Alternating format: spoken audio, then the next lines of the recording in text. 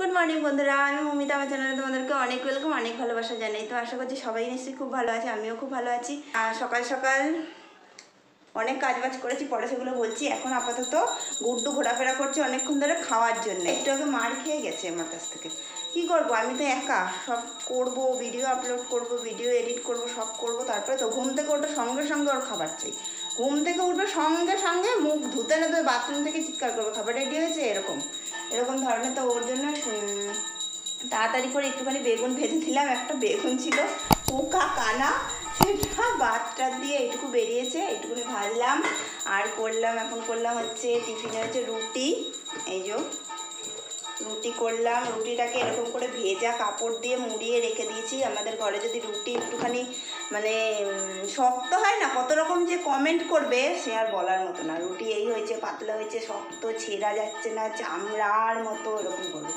তো যাই হোক, এই হটপটটা দেখো যেটার মধ্যে আমি রুটি রেখেছি, এটা দেখে কেউ মজা করো না, করতেই পারো অবশ্য, মজা করার মতনই। হটপটটা হচ্ছে অনেক বছর আগেকার আমার বিয়ের সময় পাওয়া সেই হটপট ছিল। আবার শ্বশুরবাড়িতে আমার শাশুড়ি এটা ব্যবহার করতো, তো আমার শাশুড়ি বলে নাকি ওখানে নাকি ইঁদুরে খেয়ে নিয়েছে এটা। এই যে এই হটপটটা নাকি ইঁদুরে খেয়েছে, তাই জন্যে ওরকম। তো যাই হোক, রুটি দিয়ে দিই গুড্ডু, নালে এখন আমাকে খেয়ে ফেলবে। ও রুটি, আমার এই গ্যাসটা না আবার ভাঙাই যে খুলে বেরিয়ে গেল। এই যে এটা ঠিক করতে হবে ওভেনটা। গুড্ডুকে রুটি দিয়ে দিই। দিলীপ সকালবেলা কিছু না খেয়েই তাড়াহুড়ো করে বেরিয়ে গেছে, জানি না কেন, বাজারও করে দিয়ে যায়নি।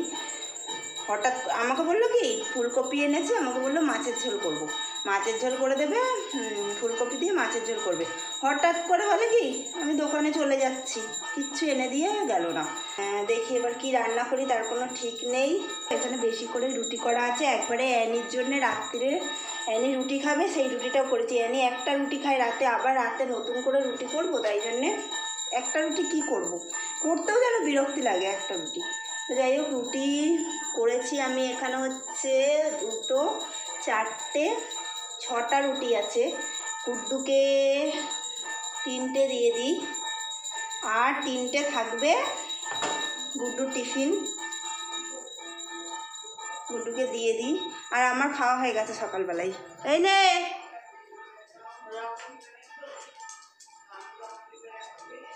এনি নিচ থেকে রুটি খেয়ে এসছে, ওকে জেঠি রোজ দিন রুটি দেয়, ও রুটি খেয়ে এসছে। রুটি দেখলেও পাগল হয়ে যায় রুটির জন্যে। এখন নিচ থেকে খেয়ে এসে আবার এখানে লাইন দিয়েছে। ঘুম থেকে উঠেছি তখন 7:30।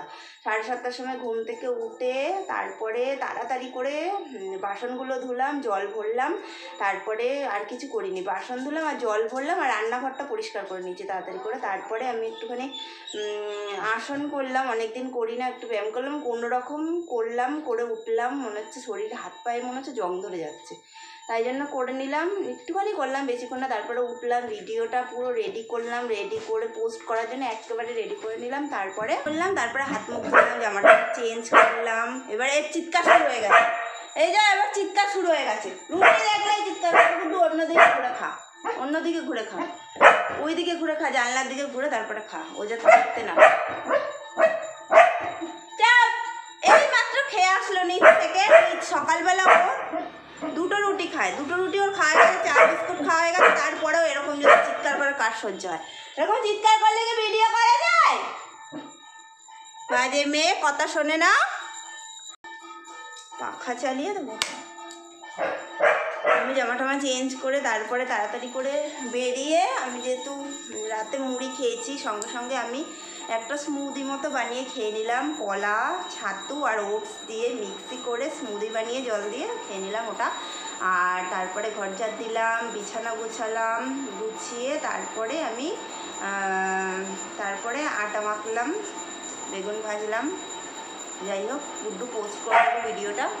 এবার গুড্ডুকে খেতে দিলাম। এবার বাকি কাজগুলো এবার করবো, কি রান্না করবো কোনো ঠিক নেই। দিলীপ কালকে দেখাচ্ছি তোমাদের, 3টে ফুলকপি এনেছে। ফুলকপিগুলোর কি দশা দেখো, ফুলকপি এনেছে, ফুলকপি পচে পচে গেছে, কি গন্ধ বেরোচ্ছে কালকের থেকে। কি ফুলকপি এনেছে, এই যে 3খানা ফুলকপি নিয়ে এসছে, 3টেরই এই দশা, পচে পচে গেছে। এর মধ্যে দিয়ে কী বেরোবে আমি নিজেও জানি না। কাটতে বসি তখন বোঝা যাবে। দেখি ফুলকপি হাতে লেগে গেল, এতটাই বাজে হয়ে গেছে। ওই যেটুকু বেরোবে ভাবছি ভেজে রাখবো, আর কি করি দেখি। ডাল ঠাল এসব এটা ওটা করবো, আর বাকি কাজগুলো করে নিই, রান্না বান্না সব করে নিই। তো তোমরা সঙ্গে থাকো। ফুলকপি আলু ভাজা,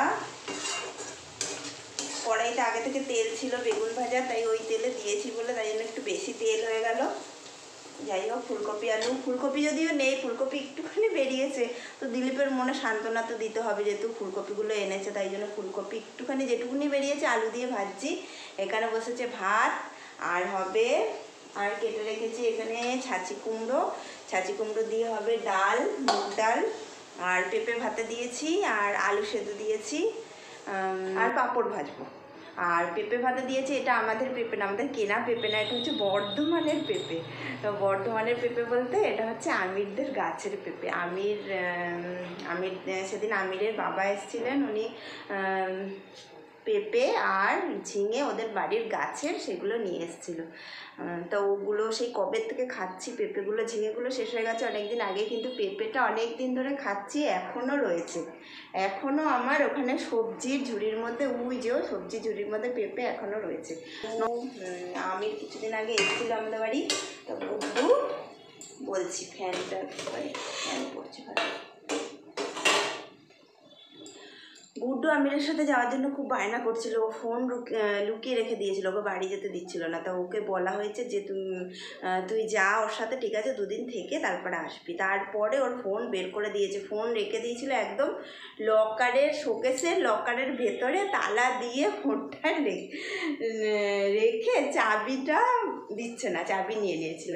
তো যাই হোক, ও গেছিলো ওর সাথে, ও গিয়ে ওখানে কদিন ছিল, তাই ওর বাবা মানে কাকু সেদিন কিছুদিন আগে, কবে, কালকে বৃহস্পতিবার গেল, তার আগের বৃহস্পতিবার মানে দিয়ে গেছে ওকে, গুড্ডুকে। তো সঙ্গে করে ওগুলো নিয়ে এসেছিলো, তো সেগুলোই খাওয়া হচ্ছে এতদিন ধরে।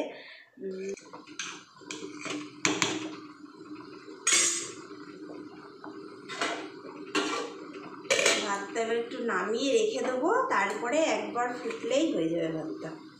নামিয়ে রেখে দিই এখানটা। আর এদিকে ভাজাটা হচ্ছে, ভাজাটা আস্তে আস্তে হোক।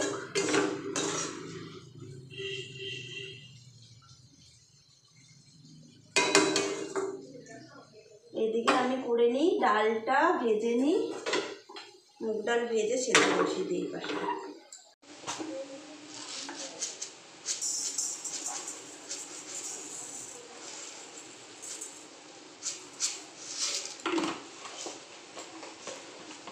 একটুখানি কোটোর মধ্যে রেখে দিলাম, না হলে কোটো ফাঁকা করে সবসময় কিছু মানে দিতে নেই, ঘর শূন্য করে দিতে নেই, এটা আমি শুনেছি। যখনই কিছু রান্না করবে, যাই করবে, একটুখানি রেখে দেবে এর মধ্যে, তাহলে নাকি কোটে জিনিসপত্র কোনোদিন অভাব হয় না, এরকম শুনেছি আমি। তাই জন্য একটুখানি রেখে দেবে, যে কোনো কিছু মানে শূন্য করে করতে নেই, কোটো ফাঁকা করে।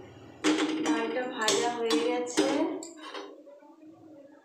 এবার এটাকে আমি নামিয়ে নিয়ে একটু ধুয়ে নেবো। নামিয়ে নিয়ে ধুয়ে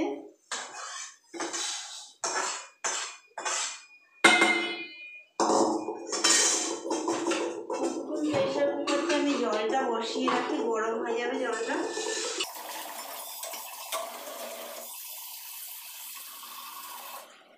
জলটা বসিয়ে রাখি, গরম হোক, আমি ডালটা ততক্ষণ ধুয়ে নিই।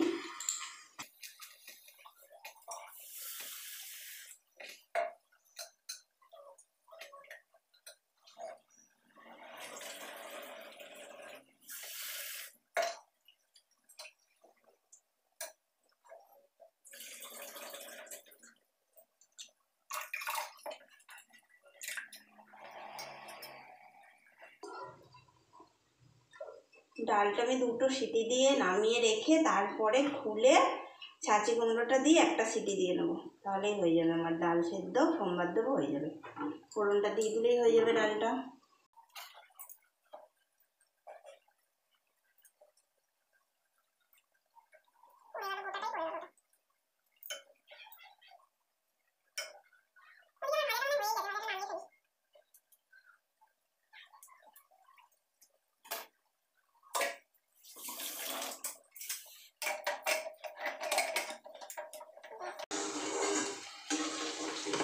ছেঁকে তুলতে হবে, এত তেল হয়ে গেছে না এটার মধ্যে, ছেঁকে।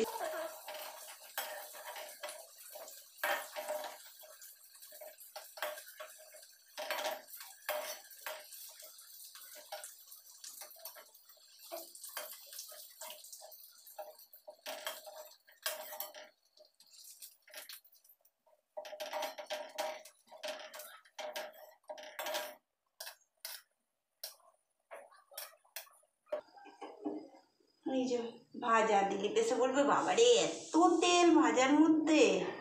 এদিকে জানলাটা যে দেখছো সবসময় বন্ধ বন্ধ থাকে, এই কারণেই জানলাটা আমি খুলতে পারি না। তোমাদেরকে দেখাচ্ছি কেন। এই জানলার পেছনে সামনের বাড়িতে এমন একটা বোলতার চাকা হয়েছে না, ওই বোলতাগুলো উড়ে উড়ে ঘরে আসে, তাই জন্য আমি জানলাটা একদম খুলতে পারি না। দেখাচ্ছি তোমার, বোলতাগুলো অনেক থাকে। ওই যে ভেন্টিলেটারটা রয়েছে ওখানটাতে অনেক বোলতা থাকে, ওই যে উঠছে আর বসছে, অনেক বোলতা থাকে ওখানে। আমি ওই যে উঠছে দেখতে পাচ্ছ,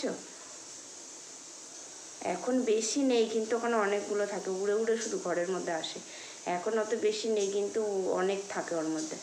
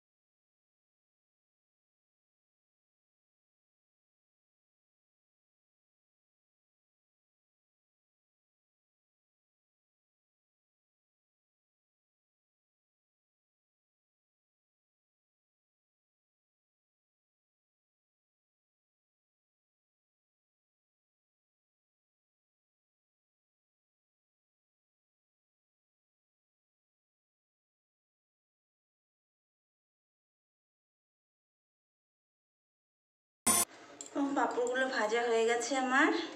এগুলো কী করবো, টিফিন বক্সে এরকম করে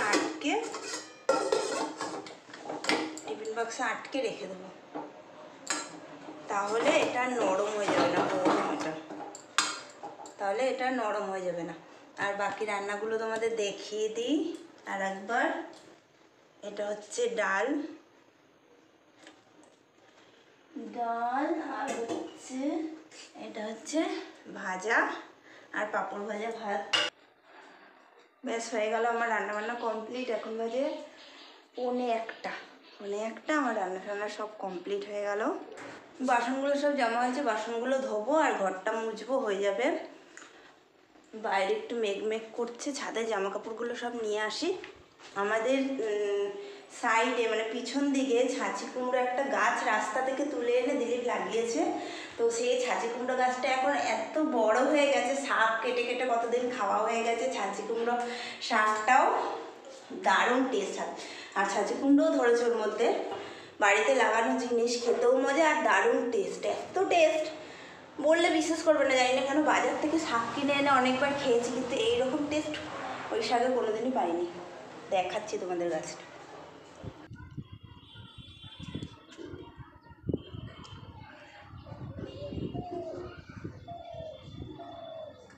শাকগুলো দেখো, ছাঁচি কুমড়ো হয়েছে কতগুলো, এর মধ্যে ছাঁচি কুমড়ো ধরেছে। ছাঁচি কুমড়ো দেখাতে পারবো, ওই যে দেখতে পাচ্ছ, ওই যে ছাঁচি কুমড়ো গাছে ছাঁচি কুমড়ো ধরেছে। এইমাত্র মেঘলা মেঘলা করছিল, জামা কাপড়গুলো তুলেই নেই।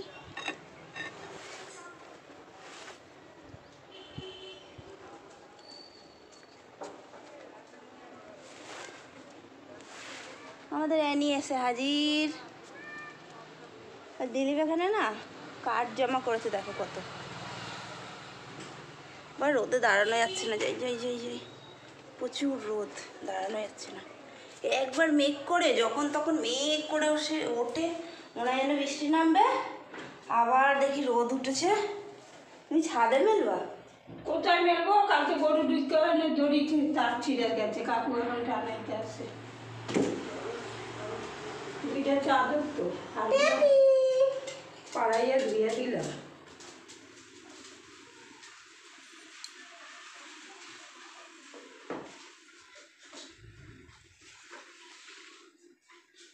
এগুলো ভাঁজ করে নিই, তারপর কাজ করি। মা গেল উপরে ছাদে, কেচেছে কতগুলো জামা কাপড়, সেগুলো মেলতে গেল। ছাদের নিচে রোদ নেই, আমাদের নিচে না একদম রোদ পড়ে না, যা রোদ সব ছাদে। আবার ছাদে যদি মেলে দিয়ে আসো, নিচে থাকলে না যখন তখন বৃষ্টি নামলে গিয়ে ঝটপট করে আনাও সম্ভব হয় না, খুব অসুবিধা হয়। বৃষ্টি নামবে যতক্ষণ না, নামতে নামতে তুমি আনতে আনতে সব যাবে ভিজে। এইটাই হচ্ছে সমস্যা, নিচ থেকে উপরে দিয়ে আসলে। আমি উপরে থাকি, আমি যখন তখন গিয়ে নিয়ে আসতে পারি, অসুবিধা হয় না।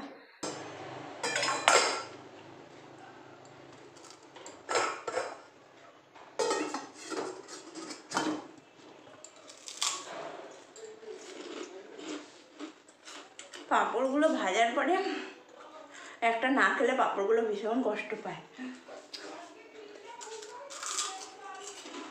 নিতে গেছিলাম সবজির খোসাগুলো দিতে, গরু আসবে বলে। গরু খেতে নিয়ে মানে একজন আসে খোসা নিতে, দিতে গেছিলাম। মা মাছের ঝাল দিল, মা মাছের ঝাল করেছিল, ব্রিগেড কাপ নাকি সিলভার কাপ বলে, সেই মাছের সর্ষে বাটা দিয়ে ঝাল করেছিল,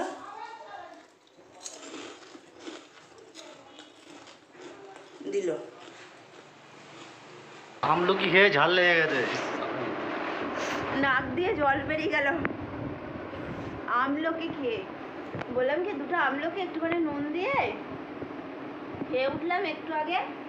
এখন বাজে 3:30, একটু আগে খেয়ে উঠলাম, মানে খেয়ে উঠেছি তখন 3টে এরকম বাজে বলো। বাসন টাসন ধুয়ে এই বসলাম, মেখে নিয়ে এসে আমলকি এত ঝাল, চোখের নাক দিয়ে জল বেরিয়ে গেছে। 2খানা লঙ্কা দিয়েছে, আমাকে বলেছে লঙ্কা দিয়ে মেখে নিয়ে, তো আমি ঠিক আছে। 2টো লঙ্কা দিয়েছে, আমি অল্প করে লঙ্কা দিতে হয়, জানো না তুমি? খাওয়া যায় নাকি খেয়ে ওঠার পরে? 2টো লঙ্কা দিয়েছে, তো এই মাত্র। ছোট ছোট লঙ্কা। তারপরে কি করলো, আমলকিগুলোকে ধুয়ে নিয়ে আসলো, বলে কি রাখো আর খেতে হবে না, ধুয়ে নিয়ে আসছি। ধুয়ে নুন দিয়ে তারপরে আবার নিয়ে এসছে, ঠিক আছে?